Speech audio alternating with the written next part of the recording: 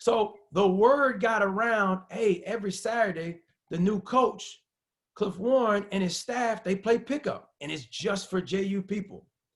And the first thing that the guys said when they came in, they look around the gym and go, man, I ain't been in here in 3 years. I ain't been in here in 8 years. I ain't been in this place in 10 years. And I was always like, well, why? And the response was always like, well, nobody ever asked me to come back. And I said, okay, well, listen, every Saturday morning, 10 o'clock, we're going to play pickup. Afterwards, everybody can get some ice for their knees. I'm going to give everybody some Gatorade. I'm going to give everybody a t-shirt. Simple. I didn't ask anybody for money. I didn't ask anybody for donations. I just said, just come back to support your school. This is where you graduated from, not me. Support the school. So the buzz got around the community. A buzz got around to people who played pickup basketball. Hey, man, we need to go check out that dude over there. Cliff Warren, he all right. The staff over there, they cool people. That was good people. Recruiting, the same thing. Kevin Sutton, again, I could go on about Kevin Sutton. We get the job at Jacksonville. This dude's down at Montverde, and he's already built up a high school program. He's already built up a nationally ranked program. I go down there after a year, and I see a bunch of big dudes, a bunch of good players. Man, what about him? What about him? Kevin Sutton says, no, Cliff. You're going to get this big dude right here from Poland, Simon Łukasik. Okay, what do I got to do? Just recruit him, Cliff. Just recruit him. He's going to teach you something about how to say hello in Polish. He's going to teach you how to say thank you in Polish. Just say those 1 or 2 things, Cliff, and you're going to get him. I'm going to make sure of it. We get a dude who's 6'9" and 240 and athletic in the Atlantic Sun. Unbelievable. But because Kevin Sutton saw what we were doing as a program, trying to change the culture, he said, okay, I'm going to help you change the culture. I'm going to get you a really good player who you're not supposed to get. That was 1 or 2 of the ways we changed the culture. The other thing we did, Coach Bruce, and you remember, I don't know how many people on this call are college coaches, but one of the first things we did when school started in September, I said, okay, we're each going to take a day, staff. We're all going to go and check classes ourselves. We're going to put our face in the doorway. We're going to stick our foot in the class. We're going to make sure our guys get to class and get on time. After about a couple days, a week, there was a buzz around campus amongst the professors that, hey, the coaches are not playing. I heard this player was late. They got him up and ran him. I heard this player was late. They got him out the next day and ran him. So there was already a buzz with the teachers, the administrators on campus, like, hey, this coaching staff, they care about academics. Did I answer your question, Coach? Yeah, and the last part, and I'm gonna teach you home because I think people need to understand this. On the back end, once you kind of laid all your bricks, and you'll remember this vividly, in a 2-year span, we defeated East Carolina, Florida, as you mentioned, when they were top 25, Auburn, Arizona State. We went down to and played Buffalo and UCF, beat both of them at the UCF Christmas tournament in a 2-year span. And for a quote unquote, mid-major program, just kind of tell the people here kind of mindset, kind of some of the things that you did to get to that point, because by mid-major standards, that's an unbelievable 2-year run. Sure. So I will say this, and I've mentioned along the way, I've been very fortunate to work with really good people. The guy who's asking me questions right now, Daryl Squirrel Bruce, worked for me at Jacksonville. So it helped to be around good people. It helped that my staff got good quality players and quality kids to play in our program. That's first and foremost. We built up a reputation of a team that was going to just play really, really hard. You mentioned several schools that we were fortunate enough to beat. We built up a reputation where now other players wanted to come and join us. So that was really, really good. And, you know, as I mentioned, you know, Jerry McFarland asked me a question about the administration, et cetera, et cetera. And yes, we won a bunch of games.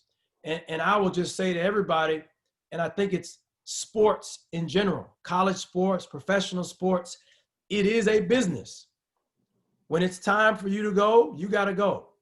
When the administrators, when the higher ups say it's no longer your time, it's no longer your time.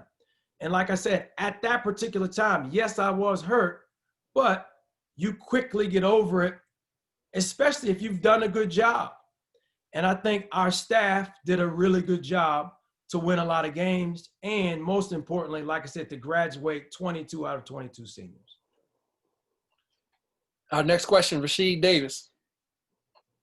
Hey, Kev, thank you. Cliff, first of all, I want to thank you for saying what you said about me earlier. But I have more of a statement, and what you started with about not liking to speak on yourself, I think you need to do it more. You and I have discussed that. I know for me, the 2 years that I worked with you, I learned so much. I really did. And I think more people need to know about you. Don't be humble. Stick your chest out. Tell everybody about it, about everything you do. For anyone that doesn't know Cliff on his Zoom, I really encourage you guys to reach out, because the same way he mentored his players, he was a mentor for me. And I met him 12 years in the business, and I was fortunate enough to be in some pretty successful programs. So to learn as much as I did in a 2-year span, being 12 years in, that's just kudos to you. So I just want to give you your flowers, man. Rasheen, I appreciate Hey, Rasheen, I'm going to echo that, because that's why I had to get that in, because people really don't understand what he did down at Jacksonville. I mean, you just don't, when you talk about A-Sun 10 going on the road and beating Florida top 25, Auburn, East Carolina, UCF, I mean, that just don't happen, you know, and Arizona State. Hey, let me say this. Let me say this too, because this goes back to just Kevin Sutton in a nutshell. And I think that's why we have a kindred spirit.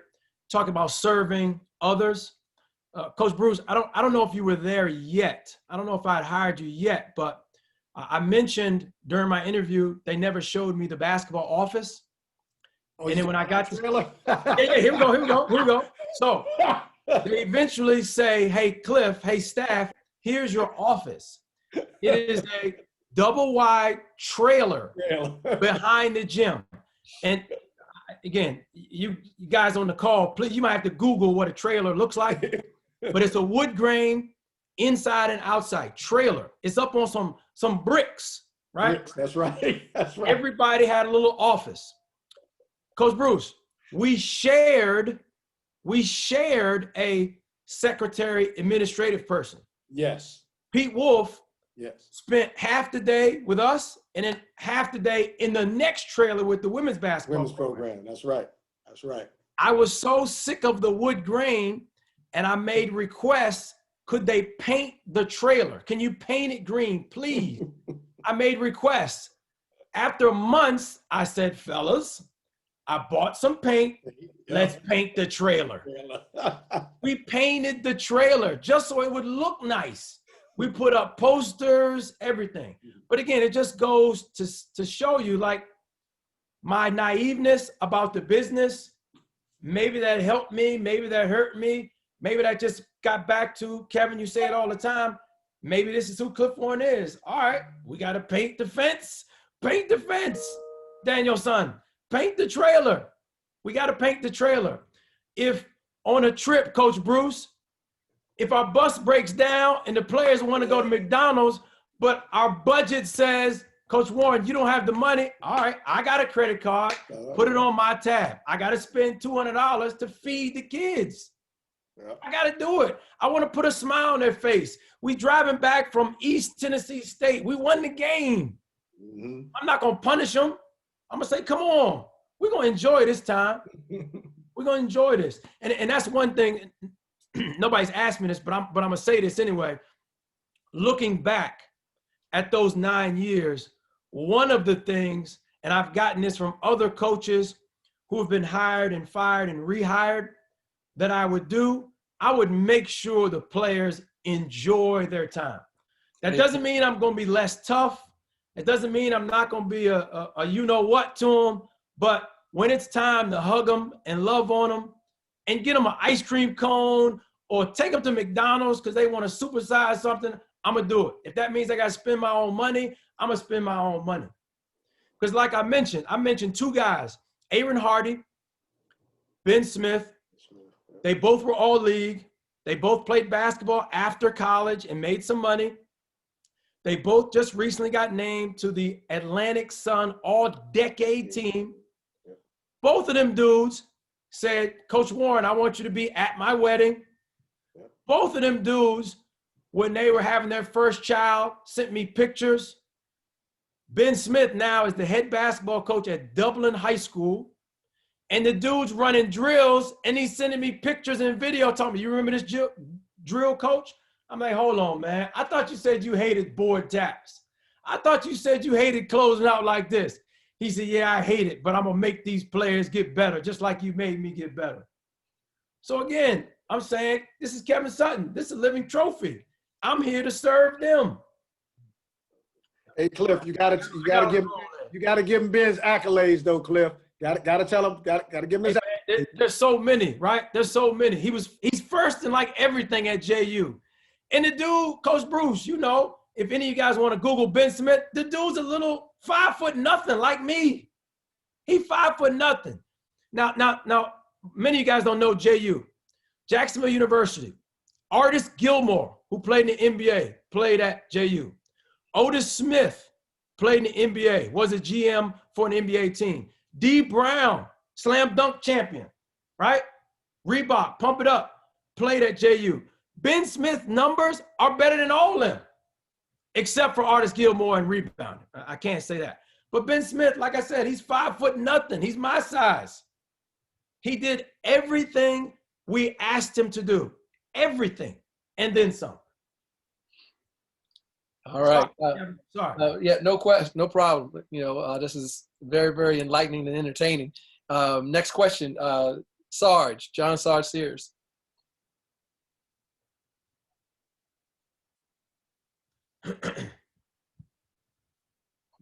All right, we'll move on to Justin Cardoza. Hey, how you doing, Coach? Yes, sir.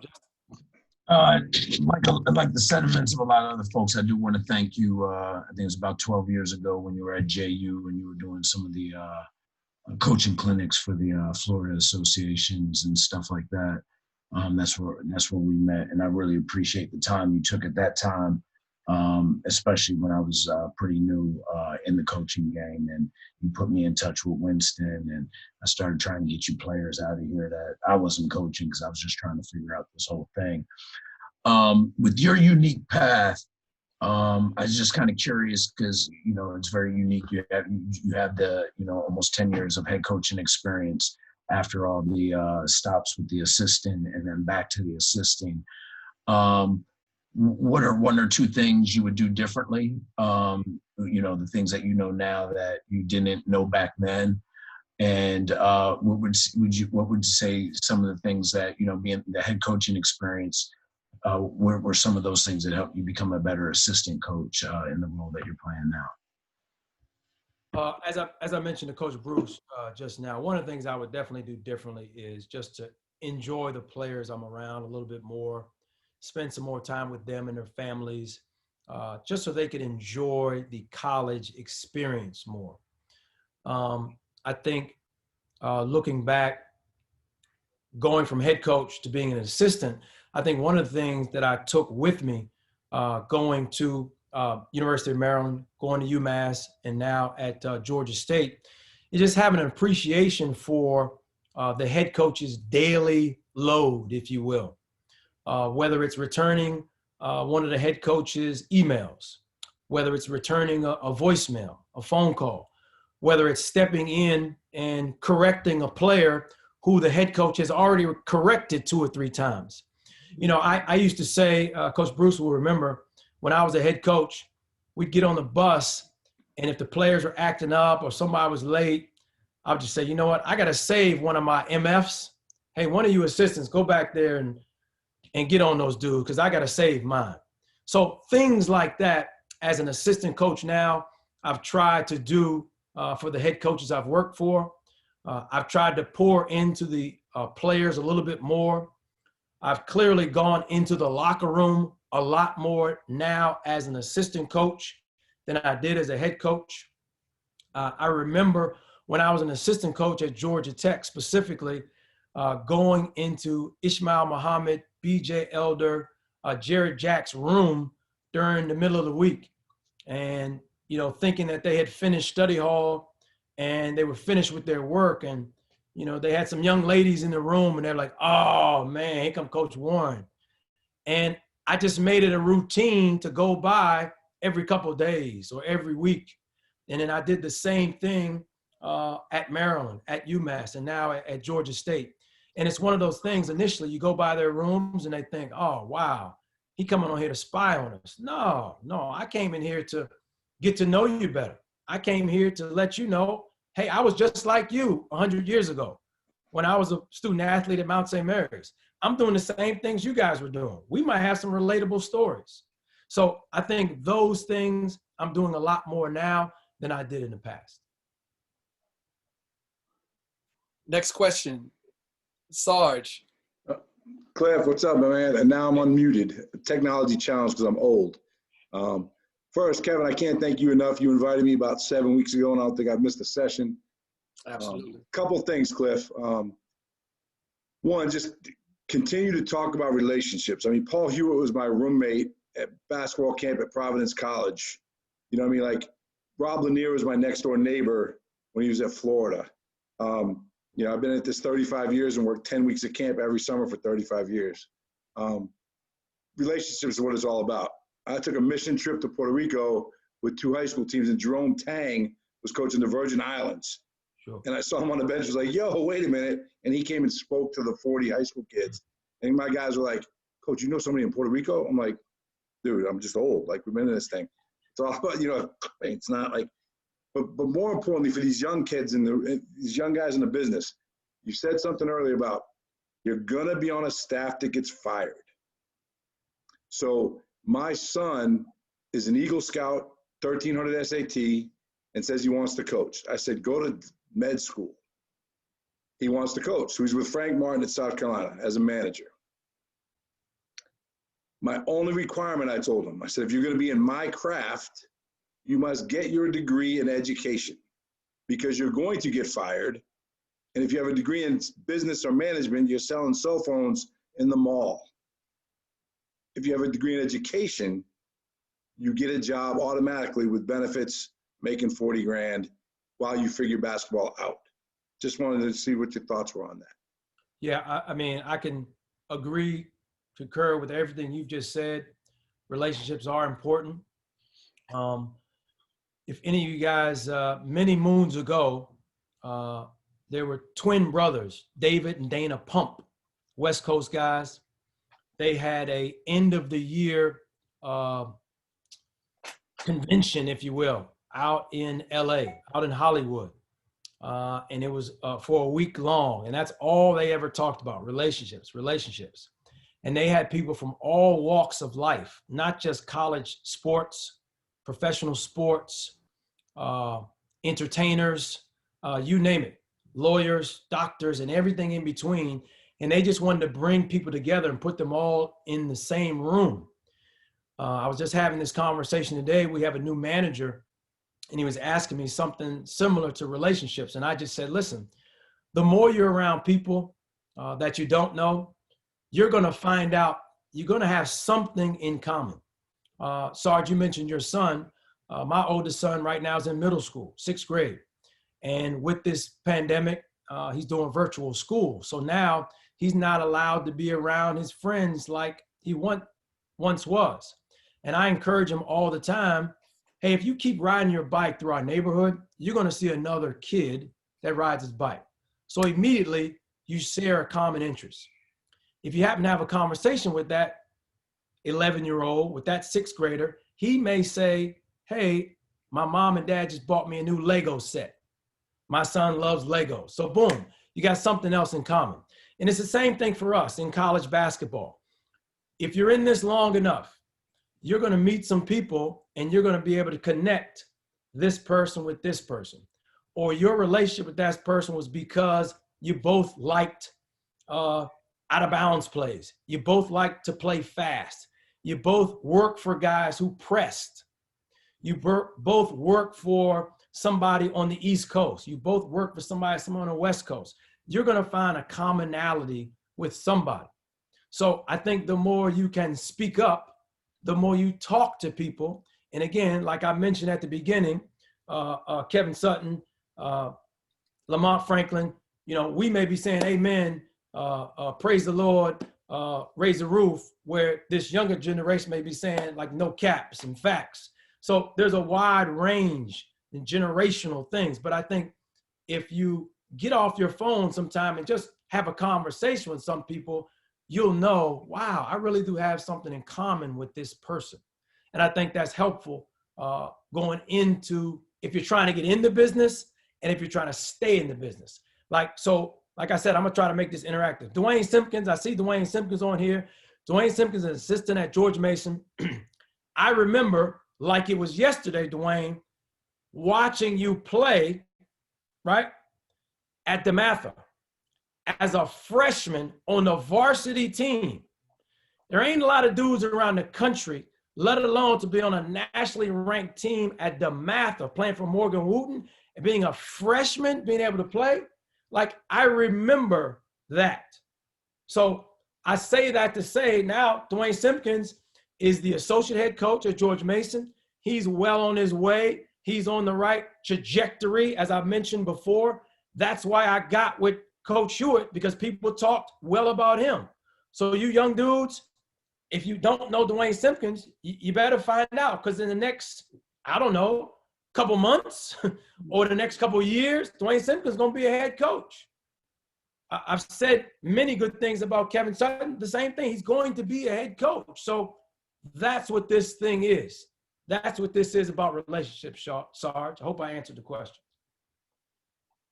And the final question tonight goes to Dwayne Simpkins. Oh, look at that. That was. He's a point guard, man. He always had a really good feel, man. Head really up. good Head is feel. up. Well, first, man, I wanted to echo what Rasheen and Squirrel were saying, man. I think I speak for a number of people who Yes, sir. either know you intimately or from a distance, man. Truly blessed to know you. I don't know if you remember this. I thought you were about to mention this, but I was at St. Albans at the time in DC coaching high school basketball. And I was like, I reached out to you and was like, yo, I think I want to get into college coaching. My wife, she wasn't on board past couple of years, but now she is. And the first question you asked was like, Dwayne, do you really want to do this? Right? And I'm like, man, what does this dude talk about? He's all bitter. What the hell is he? Well, now I know what you're talking about. But nonetheless, man, I digress. I appreciate, man, all your input and everything, man, and been tremendous. But one of the things that I did want to ask you, being a point guard, we both in the same boat. You mentioned that Coach Hewitt had mentioned to you to identify those things that you like and you don't like. So when you do run your own program, and being a point guard, I'm pretty sure you had some coaches and you're like, that's the dumbest damn thing we could have done, coach. So what were some of those things that you identified with that you, along those lines? So here's an example. And, Dwayne, you can't mention me being a point guard and you being a point guard being in the same boat. Like I said, I was average at best as a point guard. Dwayne Simpkins started at DeMatha as a 9th grader. He played at the University of Maryland. He played professional basketball, just in case anybody didn't know his background. All right. So one of the things working for Coach Hewitt that I took away, and he said, look at everything. I said to myself, after working for him for probably, 3 or 4 months, we did a drill in practice. It was called 4 tight, 4 wide. It was a passing drill. And you had to talk. And I said, man, this is the dumbest drill. The players hate it. I hated it because I had to jump into the drill because the players would mess it up. He was like, Cliff, jump in. You show them how to do it. I was like, come on, man, I don't want to do this. And I said, I'm never going to do this when I become a head coach. I'm never going to make my staff do it. And for probably, I don't know, 7 years, maybe 8 years at JU. I never did it. Then one day I was like, you know what? I'm going to do this drill. And I just kind of laughed. But it was a drill that I said I would never do. One of the things that I really loved about Coach Hewitt was, back to Sarge's point about relationships, back to Kyle's point about marketing. Paul Hewitt was a journalism major in college, right? He went to St. John Fisher in Rochester, New York, journalism major. He thought he wanted to go to law school, blah, blah, blah. He was a good writer. Right away, when he got the job at Siena, he connected with the 3 beat writers. Siena does not have, well, I shouldn't say it. They had D3 football, but there was no pro sports in Albany. It was the biggest show in Albany. Basketball was good. They had the Albany Patroons years ago. They left. He got to know the 3 beat writers that covered Siena basketball. All 3 of them liked horse racing, they liked hockey, and they were all baseball fans. Paul Hewitt, New Yorker through and through, right? He loved the Yankees, he loved the Islanders, and he could rattle off 10 names of horses and jockeys like that. So immediately, he had those 3 media guys, he had their attention. Because they thought, oh, he wants to talk about his basketball. He wants to talk about his program. He wants to talk about the pros that he coached at Villanova. No, he disarmed them all by talking about hockey, by talking about baseball, by talking about horse racing. And it benefited him so much. In 3 years, I can't recall one negative article about Paul Hewitt while at Siena. Did we lose some games? Sure. Did we lose some games we probably shouldn't have? Sure. We did really well, but there were some games that we probably should have won. We lost at the buzzer. I won't tell all of Coach Hewitt's business, but if you know Coach Hewitt, ask him about losing at Canisius and this player named Jamie Cameron, what he said while we were walking off the court in the tunnel and what got Coach Hewitt going. I'll fast forward and just say it wasn't a real pleasant exchange, and the writers witnessed all of it. But because Coach Hewitt had a relationship with all these beat writers, they didn't write anything negative.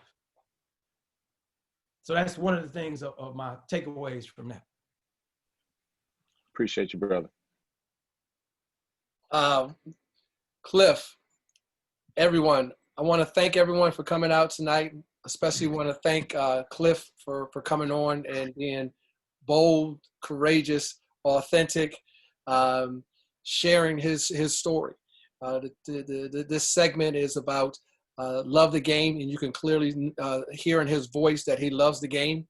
But it's also about learning the business, and he dropped a ton of knowledge with us tonight about the business side of sports, and especially basketball. So I really want to thank him tonight for pouring into our buckets, for being a member of the Living Trophy Masters Zoom class, stepping out of the student seat and getting into the teacher seat. And you did a wonderful job of teaching us tonight.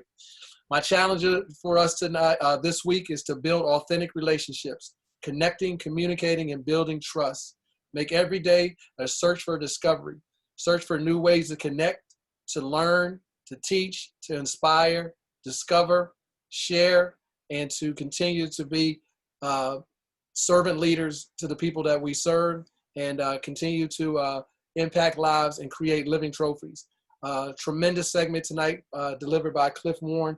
I appreciate everybody coming on, and then we're going to continue to build on this and continue to move next week with Carlton Young, affectionately known as CY. Will be our speaker next week. But everyone have a tremendous weekend. Continue to be blessed. And the quote let's see here. The quote for the week is, for me, it's a question of the way we pursue our creative dreams. There's something in our culture that says your dream or the things you're pursuing has to happen immediately and all at once. And that is destructive to the creative spirit So continue to pursue your dreams, keep striving, keep serving, and keep sharing. And have a wonderful weekend. Take care. Thanks, Kevin. Appreciate it. Thank you. Thank you, Coach. No problem. Absolutely. No Thanks, problem. Coach. You